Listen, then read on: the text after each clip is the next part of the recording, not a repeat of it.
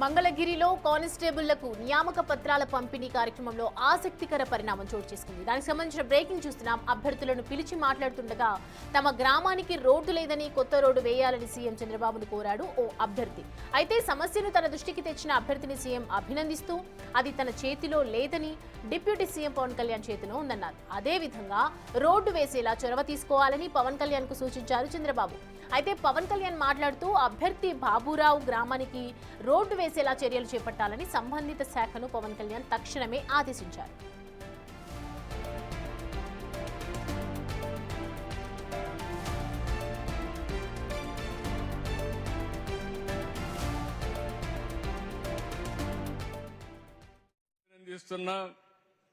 ఉద్యోగం వచ్చినా ప్రజల్ని మర్చిపోలా. మా ఊర్లో రోడ్డు సమస్య ఉంది సార్, అది పరిష్కారం చేయమని అడిగాడు. అది నిజమైన వ్యక్తిత్వం, మంచి మనసు. పక్కనే మా డిప్యూటీ సీఎం గారు ఉన్నారు.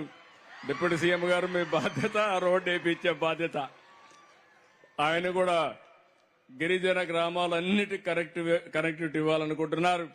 తప్పకుండా మొదటి కోరిక కింద బాబురావు గ్రామానికి రోడ్డు వేయించే బాధ్యత డిప్యూటీ సీఎం గారు తీసుకుంటారని విజ్ఞప్తి చేస్తున్నా. Thank you. గౌరవ ముఖ్యమంత్రి గారు నాకు ఆదేశం ఇచ్చారు ఇందాక. లాకే బాబురావు గారి ఇంటికి మన గ్రామానికి రోడ్లు లేవు, మీరు ఖచ్చితంగా దాన్ని చేయాలంటే గౌరవ ముఖ్యమంత్రి గారికి నేను ఈరోజు సభాముఖంగా మాటిస్తున్నాను. వెంటనే దానికి రోడ్లు వారికి కార్యక్రమాన్ని శాఖకు నేను తెలియజేస్తాను. అయితే సమస్య చెప్పిన వెంటనే పవన్ స్పందించారన్నారు సీఎం చంద్రబాబు. ఇప్పుడే రోడ్డుకు అవసరమైన 3,90,00,000 రూపాయల నిధులను విడుదల చేశారన్నారు. కూటమి ప్రభుత్వం ఎంత నిబద్ధతతో పనిచేస్తుంది అనటానికి ఇది నిదర్శనమన్నారు సీఎం చంద్రబాబు.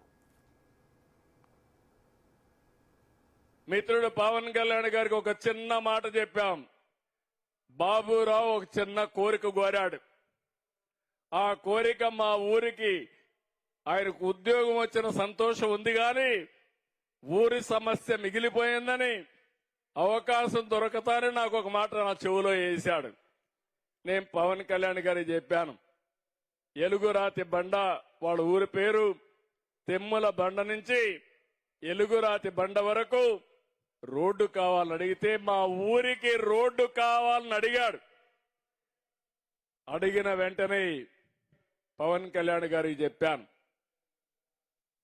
ఇక్కడే ఉన్నాడు.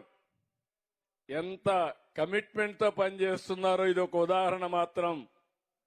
ఇమ్మీడియట్ గా 3,90,00,000 రూపాయలు అవుతుంది,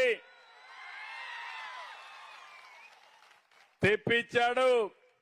ఈ రోజే ఇంటికి పోతానే శాంక్షన్ కూడా చేసి పని కూడా ఇమ్మీడియట్ గా ప్రారంభిస్తారు. ఇది కూటమి ప్రభుత్వం యొక్క కమిట్మెంట్.